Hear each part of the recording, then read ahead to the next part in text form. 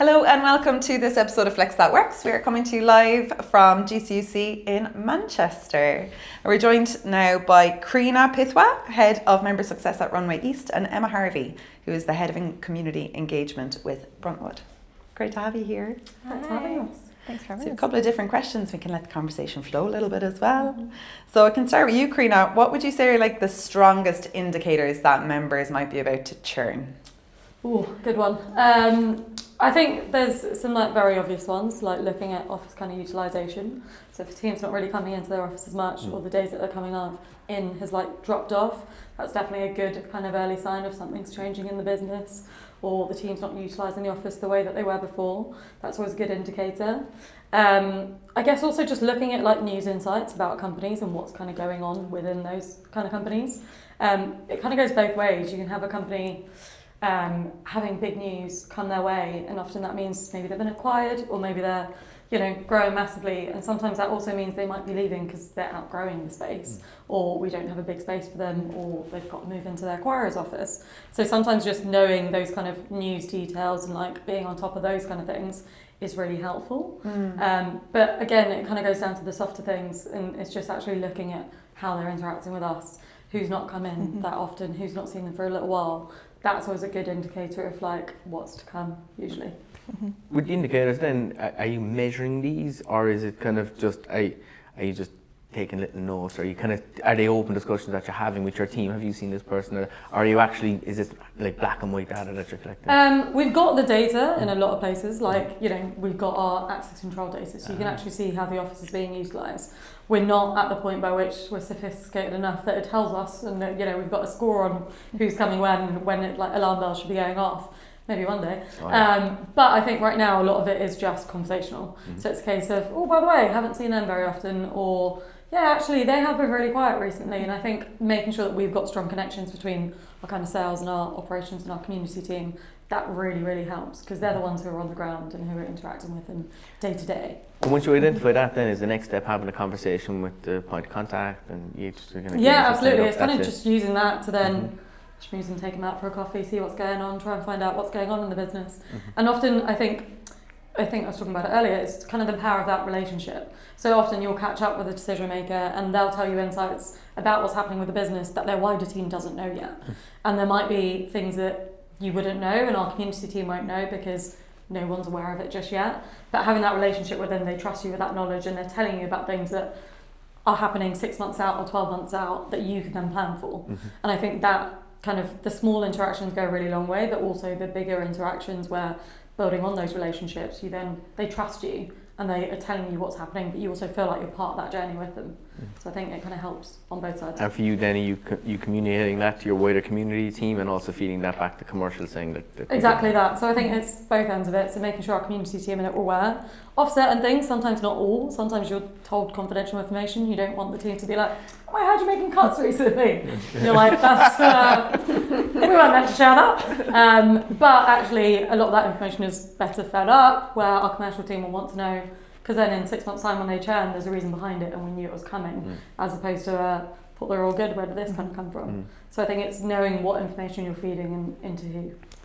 Where do you think the line is around, it becomes almost hospitality, where you can be schmoozing them too much and hanging out and checking in too much, and I guess that has to become a brand thing then, that just what's right for your team and Runway East as a brand. Where is the line for you guys, and how would you, if operators are trying to find their feet with it, I think it's hard. I think it's trying to keep it authentic. I think a lot of the time we fell into a period where we were trying to check in with members every 3 to 6 months, and often that just got really inauthentic because you're doing it as a tick box to be like, oh, how's everything? Let me just complete your quarterly check-in. And it's that's not a normal conversation. That's not necessary. So I think we've tried to move it to being a bit more informal, where it's just a case of you saw them at the coffee machine, just have a quick catch up with them and get those kind of insights from them, and really enabling our community teams to be able to do that. But from our side as well, it's understanding those decision makers and understanding how they interact. If you know that they're not the person that's going to have time for a lunch to sit down with you and actually chat through things, don't suggest it, because you're just going to be chasing them for that lunch and it's not going to come about. But actually, if you know that they tend to be in the office on a Wednesday and they're always at Cake Wednesday, why don't you grab a coffee just before and you can have a quick catch up that way. So I think it's being more authentic and understanding those relationships. as opposed to just a one size fits all. And this is what we need to do and it's a tick box. I think that's what we've kind of learned over the years. Because ultimately you just end up chasing people to try and hang out with you and they don't want to. One of my favourite things I've ever heard about all of this is like, just be a human. Like, stop treating the person like their role or their title. Exactly. It's like they're just a dude or a lady or whatever, you know what I mean? And this is where they like to spend time. Pay a bit of attention in the same way you would to like a friend or a family member who you actually know. And how would you like to be contacted? I think you get a pretty good vibe off people then. And they're probably more likely to be open with you as well. Yeah, and I think also just understanding how they interact. Like, if you're chasing a CEO of a 200-person company, they probably don't have all that much time on their hands to now catch up with like the person who runs their office space. So making sure that those like interactions are timely, but also at a point by which it's not like their peak season, or it's not at a point by which your email's just going to get lost in their inbox completely. Or actually as an office manager you can catch up with instead, who will still have some of the insights, and then you have a quick coffee with the decision makers, for example. Brilliant. So I think understanding those interactions and understanding how they work with people is kind of the biggest thing, as opposed to just assuming, well, they must catch up with me because it's been 6 months and they're coming up for renewal soon. And it's like, half of them don't know when their contracts expire because they're just in their office space, right? So often you're the person that's like, well, we're soon approaching the end of your contract. What do you want to do? What are you thinking?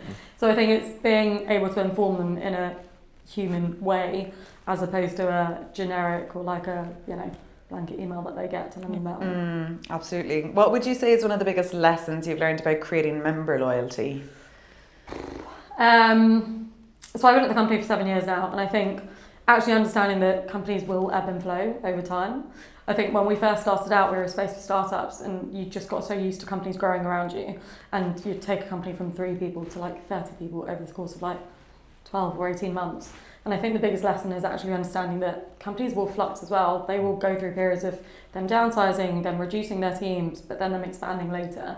And actually holding on to that relationship for as long as you can, as opposed to just when they're expanding, when they're growing, and when they're, paying us more money. Actually, what is beneficial is understanding the needs of that business and adapting to it. So finding ways to try and help them downsize, because they still want to stay with you, they just need a smaller office space to occupy. And understanding that actually them scaling back right now will mean in a year's time and 2 years' time, they then also look favourably on yourselves. And when they're now expanding in different regions, they want to keep with us because we happen to have a presence in that region. So I think that's probably been our biggest learning, as opposed to just chasing the wins, where it's just companies who are growing and focusing heavily on them. It's actually the power of that relationship and actually their relationship through their tenure, as opposed to just seeing them as a big member, small member, and that's it, because that can flip overnight. And you're reducing risk for them, and they're also seeing you as that like a reliable partner, because there's enough variables as it is when something is growing. So if that's a huge one to take care of for them. Emma, how do you maintain consistency across locations with community and engagement? This is a good question. With a lot of time with the team. So I think back in the day, we were focused on one building. We then wanted to scale it. We scaled it quite quickly, and then noticed that there were inconsistencies, as there would be. So what we don't want to do is completely take away the authenticity of the program. It has to be bespoke and organic to the region and to those communities. But what we want to be able to do is deliver an experience that is similar no matter what community you step into. So it's kind of creating a bit of a structure around the programs and creating brand identities for the different events that we have, or for the different campaigns that we do, focusing on data, making sure that the data is where we want it to be, making sure that we get the feedback from our customers as much as possible that tells us whether or not they're enjoying it, whether or not it's still high quality. Just with the team, spend a lot of time innovating together. We meet every single week as a whole UK team online. We do a lot of team days. We talk about what's working and what isn't. We do a lot of research into what the customers want to see, and then deliver it, basically. So have you got particular metrics that you use across locations so that you've got some standard way of measuring? Yeah, it's we were talking about it on the panel. A lot of it is what we were talking about as vanity metrics or transactional metrics, whereas I'm a little bit more interested in observational metrics that look at like behaviours, so customers' behaviours and how that adds to the customer experience.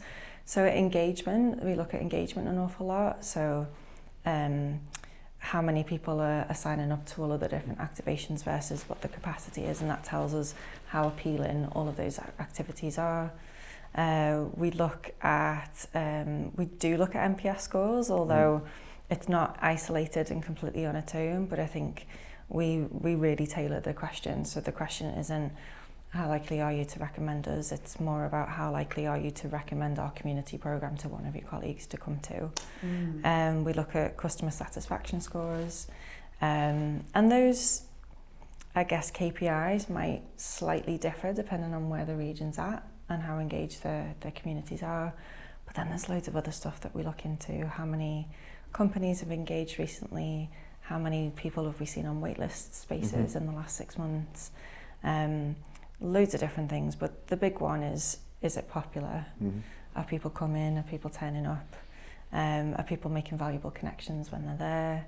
And what's the feedback looking like afterwards? You know, we know if we've done something really successful, if we're inundated with feedback afterwards, and we're seeing all of this great verbatim that we can then use. So you guys are actively gathering the feedback, but it seems to me as well people are coming to you with feedback after good stuff as well. We spoke about the difference between quantitative and qualitative data, and your board is always going to want numbers, but then now and again, you know, we said on the panel, you'll think something was just a throwaway comment and you'll mention it in passing to a senior leader and they're like, oh my God, that's gold dust, like this is amazing.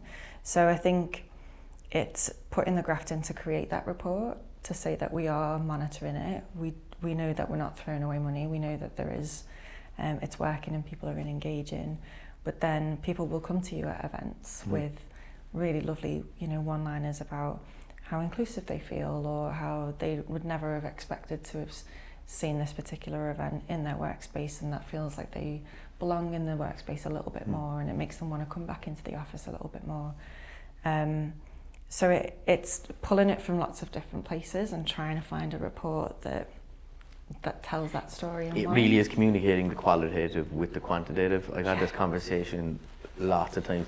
Even small independent operators that may be not-for-profits, they generally have a voluntary board who are well-known business people in the area, and it's black and white numbers they want. And they don't really care, not that they don't really care, but it's numbers, and they don't put as much weight from the feedback I'm getting on, we opened the space and this person brought their company to this rural locality and now they employ 5 people. Oh, give me the numbers on that. They don't really care that they're now, you know, putting their kids into schools, they're now buying cars or buying houses, all those kind of knock-on effects. I know that's a different conversation for you guys, but I think what you said there on the qualitative and quantitative, trying to get the, I suppose, the metric focused people to buy into that kind of qualitative stuff. And I think having the team switched on enough to collect this and feed it back to you if you're not the person that's getting it directly, you know. Yeah, they're getting better. We were saying this yesterday at the dinner that we're not entirely brilliant at talking about our successes. Like we crack on, like you do in ops, you just crack on, don't you? Yeah. You kind of, you keep going, and I think we could, I'm trying to encourage the team to celebrate those wins a little bit more and to circulate those quotes when we are getting those quotes, because that will you'll be surprised how that then feeds its way into viewings or into those renewal conversations. It could be, I actually had a back and forth with a chap on LinkedIn and it was about that. I was like, how do you gather the feedback? He said, we have a Slack channel and we just put happy face, this was the member, this was the comment, and he said that's shared wide with the team, so you know it's in a central place that everybody can. And I just thought that's so simple. Yeah, we do a similar thing where like we've got a Slack channel which typically is for like sales that are coming through and things like that, but we've also started putting in like Google reviews or like shout outs to specific team members where they should get the glory of the whole company seeing it, and it is a massive shout out when they're getting it. Especially if someone's like personally naming them out on a Google review as well. Like it is something that they should be proud of and they should be like getting the kind of encouragement for. So yeah, very similar. Yeah, and how powerful is that in our event feedback form? you know, if somebody does leave any type of verbatim comment, they've got the option to then upload it to Google themselves, so they don't have to then separately go on Google. And as co-working and flex becomes more of a mature market for your team, like it's a legit industry to work in now, we're trying to get it identified on LinkedIn. Yeah. I do think it's great that people working in spaces are also learning ways to self-promote, learn how to box up their own achievements and speak about it to senior management. That's always something that's going to be really useful for them, you know? Yeah, like, we talk about the professional side of co-working an awful lot, and we've got a fantastic, you know, we're not the only program, we've got an amazing innovation and growth team in the business that look at developing that innovation ecosystem. And that professional side is really taken care of, but you forget, we just mentioned it at the end, that take away sleep, work is half of your life, and so there's a huge personal element to it. 100%. You know, like I talk about work with my family and with my friends all of that in a positive way.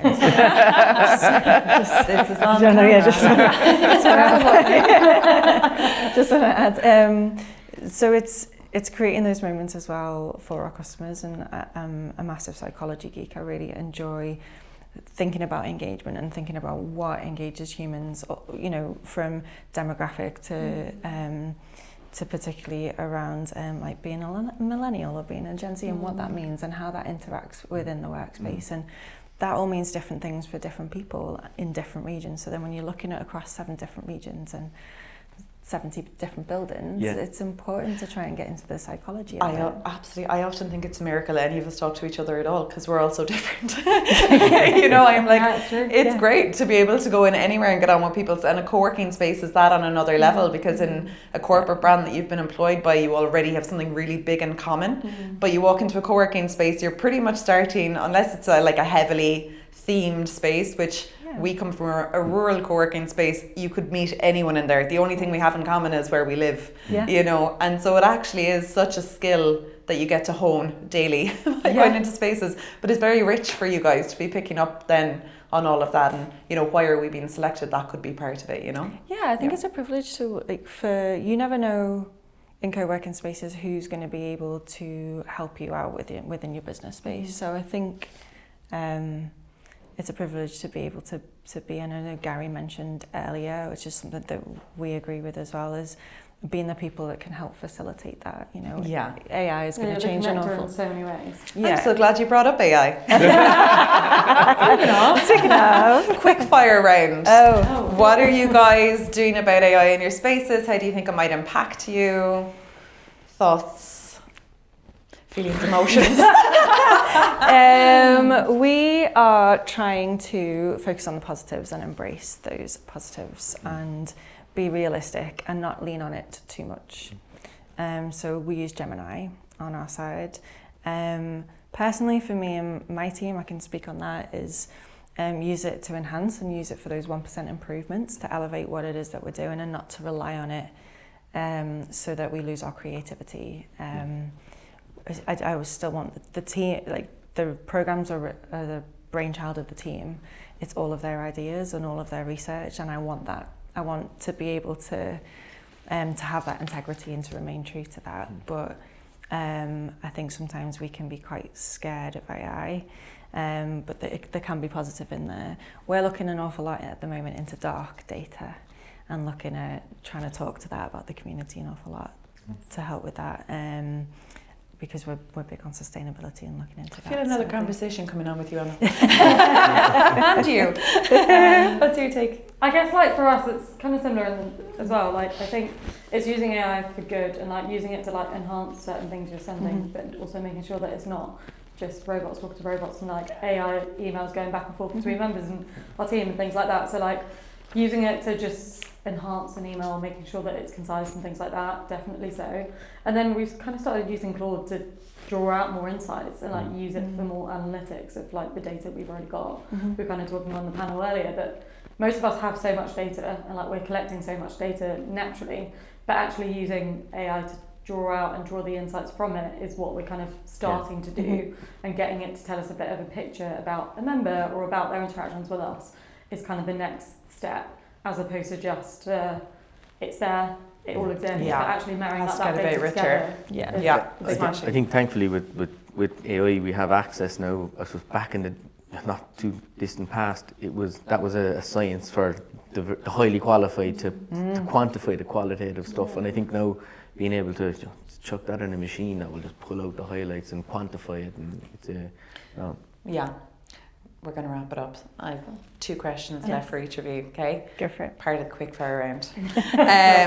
Can you give one piece of advice to somebody running a space who's looking to grow in the next 12 months? What would you say is your number one? I know it's a really big question, but is there any...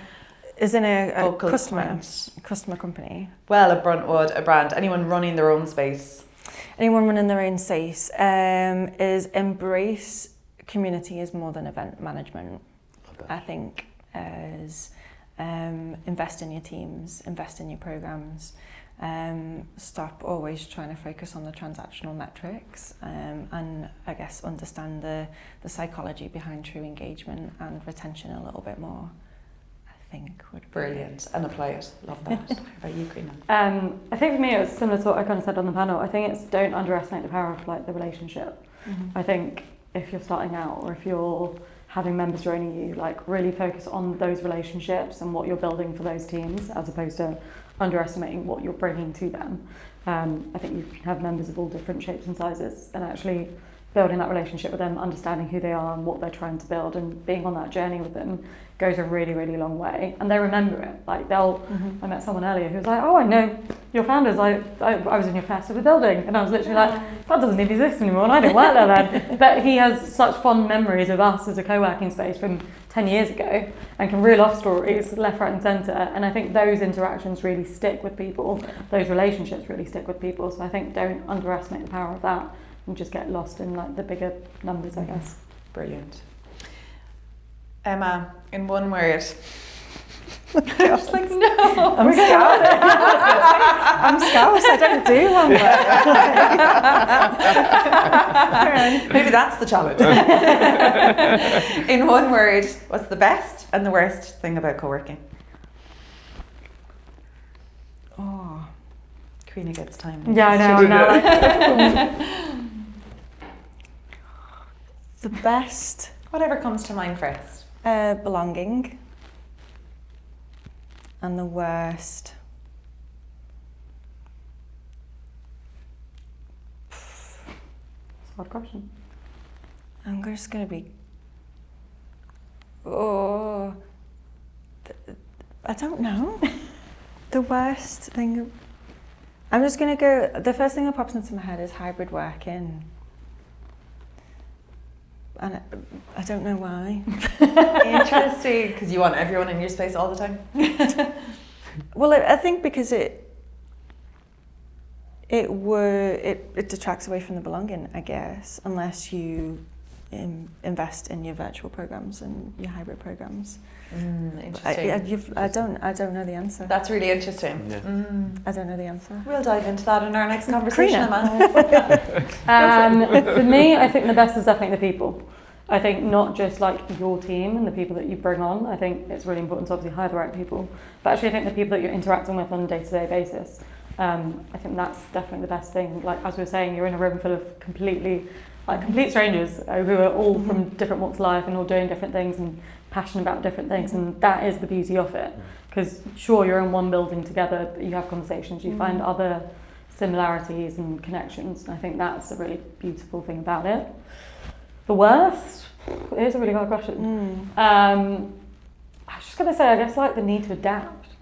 I guess you kind of have to understand what's happening around you and you're not always in control of it. I think, you know, like most businesses, having to adapt to that and understand that and actually get ahead of that is really difficult, and that's probably the hardest bit about co-working. Can I change? Yeah, sometimes. You can have two.